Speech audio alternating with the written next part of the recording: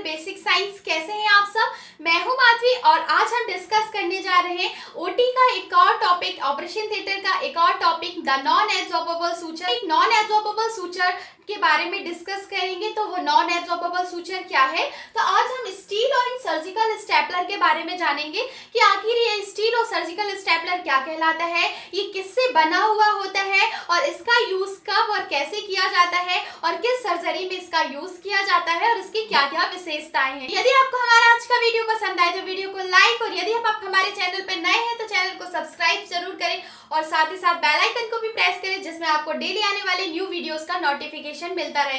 तो चलिए स्टार्ट करते हैं। तो सबसे पहले हम जानते हैं स्टील सूचर के बारे में स्टूडेंट। तो स्टील सूचर के बारे में जानने से पहले हमें क्या जानना होगा कि ये सूचर कैसे हम तक प्राप्त होता है या इसे कैसे बनाया जाता है। तो स्टूडेंट ये जो सूचर है इसे सिंथेटिक तरीके से प्राप्त किया जाता है। अब सिंथेटिक क्या है?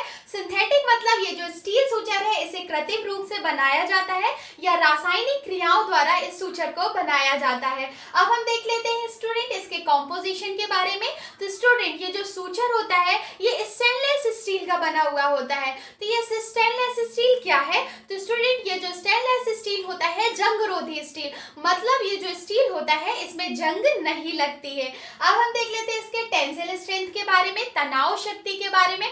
आपको मालूम है कि एक सूचर की तनाव शक्ति सूचरिंग के दौरान बहुत ही ज्यादा इंपॉर्टेंस रखती है।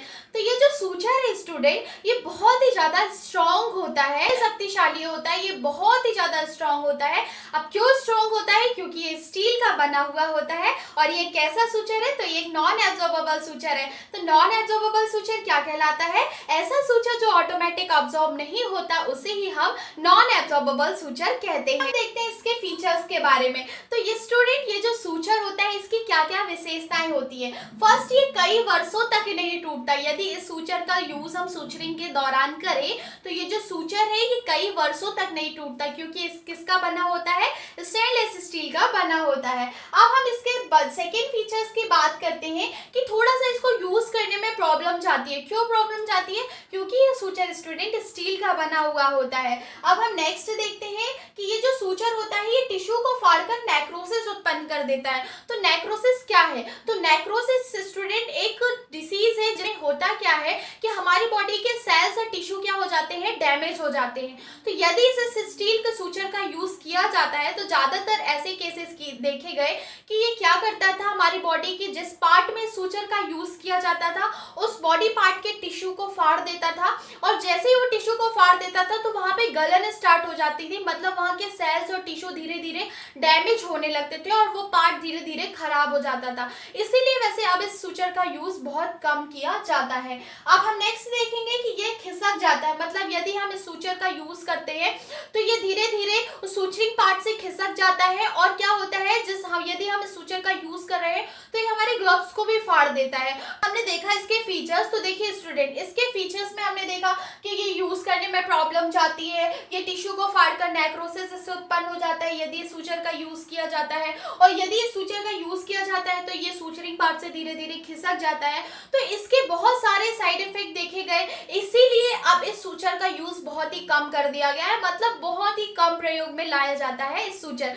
तो स्टूडेंट ये तो हमने बात कर ली स्टील सूचर की। अब इसी स्टील से आजकल नई तकनीक द्वारा बना दिया गया है स्टेपलर। अब स्टेपलर क्या है? तो देखिए स्टूडेंट जैसे आप घर पे नॉर्मल स्टेपलर यूज करते हो ना, वैसे अब हमारे ऑपरेशन थिएटर में या हमारे हॉस्पिटल में भी स्टेपलर का यूज किया जाता है। तो अब क्यों किया जाता है स्टेपलर का यूज? तो देखिए स्टूडेंट सर्जरी के दौरान सूचरिंग के लिए भी इस स्टेपलर का यूज किया जाता है। तो ये स्टेपलर के बारे में जानते हैं। तो इसे सर्जिकल स्टेपलर कहा जाता है और सर्जिकल स्टेपलर का यूज किस लिए किया जाता है? सूचरिंग के लिए किया जाता है। अब ये जो स्टेपलर होता है इसकी जो स्टेपल्स होती हैं किसकी बनी होती हैं? टाइटेनियम की बनी होती है। मतलब ये जो स्टेपलर की पिन होती है, जैसे हम घर पे स्टेपलर पिन बोलते हैं, वैसे ही जो हमारे ऑपरेशन थिएटर में यूज किए जाने वाला स्टेपलर है इसकी जो स्टेपल्स होती हैं वो टाइटेनियम की बनी हुई होती हैं और ये जो स्टेपलर होता है एक ऐसा उपकरण है जिसने क्या किया है, किए जाने वाले सूचरिंग के काम को कम कर दिया है। तो होता क्या था, जब ये स्टेपलर नहीं था तो हाथ से सूचरिंग करनी पड़ती थी, स्किन की भी या अदर बॉडी पार्ट्स की हाथ से सूचरिंग करनी पड़ती थी।